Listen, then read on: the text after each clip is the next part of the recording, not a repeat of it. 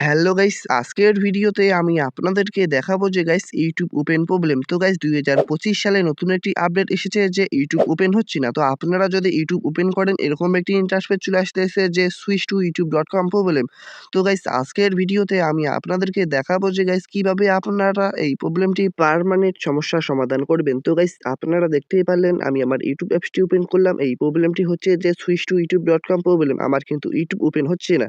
তো গাইস এই প্রবলেমটি সমস্যার সমাধান করার জন্য সর্বপ্রথম আপনি আপনার মোবাইলের সেটিংসে চলে আসবেন। তো গাইস এখন আমি আমার মোবাইলের সেটিংসে চলে আসবো। সেটিংসে আসার পর গাইস আপনারা সার্চ দিবেন ইউটিউব।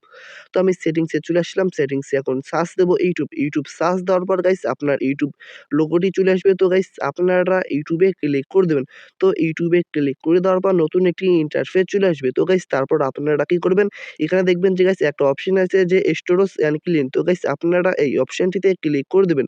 তারপর নিচে ডান পাশে ক্লিয়ার কাছে ক্লিক করে দেবেন। ক্লিয়ার কাছে ক্লিক করে দেওয়ার পর ক্লিয়ার স্টোরেজে ক্লিক করবেন। তারপর ওকেতে ক্লিক করে দেবেন।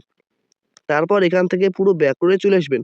তো গাইস আপনারা যদি এই সেটিংসটি না পান তাহলে আপনার ইউটিউব অ্যাপসটি হাত দিয়ে আপনারা চেপে ধরে অ্যাপ ইনফোতে ক্লিক করে স্টোরেজ অ্যান্ড ক্লিনে ক্লিক করে এখান থেকে আপনারা ক্লিয়ার কাচ এবং ক্লিয়ার স্টোরেজ করে নেবেন। তো আমি করে নিলাম, ঠিক আছে। তারপর গাইস আপনার ইউটিউব অ্যাপসটি ওপেন করে দেখবেন যে আপনার ইউটিউব অ্যাপসটি ওপেন হচ্ছে কি হচ্ছে না। তো গাইস আপনারা কিন্তু দেখতেই পাচ্ছেন যে আমার কিন্তু ইউটিউব অ্যাপসটি ওপেন হচ্ছে, ঠিক আছে। তো আমার কিন্তু ইউটিউব অ্যাপসটি ওপেন হচ্ছে এবং এই প্রবলেমটি কিন্তু আমার সমস্যার সমাধান হয়ে গেল।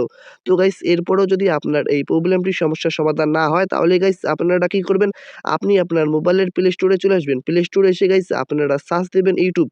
ইউটিউব সার্চ দেওয়ার পর গাইস আপনার ইউটিউব অ্যাপসটি গাইস আপনারা প্লে স্টোর থেকে আপডেট করে নেবেন। তো গাইস এখন আমি প্লে স্টোর থেকে আমার ইউটিউব অ্যাপসটি আপডেট করে নিচ্ছি মাত্র 40 MB, ঠিক আছে।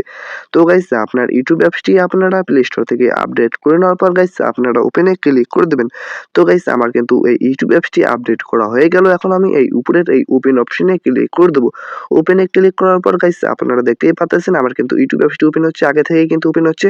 তো আপনারা যদি এর উপর ওপেন না হয় তাহলে গাইস আপনারা কি করবেন, চলে আসবেন আপনি আপনার মোবাইলের গুগল ক্রোমে আসার পর গাইস আপনারা সার্চ দিবেন যে m.youtube.com। তো গাইস আপনারা m.youtube.com লেখাগুলো চাপাচাপি করে লিখবেন, না হলে কিন্তু আসবে না। m.youtube.com লিখে সার্চ দেওয়ার পর গাইস আপনার এরকম একটি ইন্টারফেস চলে আসবে। এখানে কিন্তু আমার ডেস্কটপ সাইড মুড হবে, ঠিক আছে।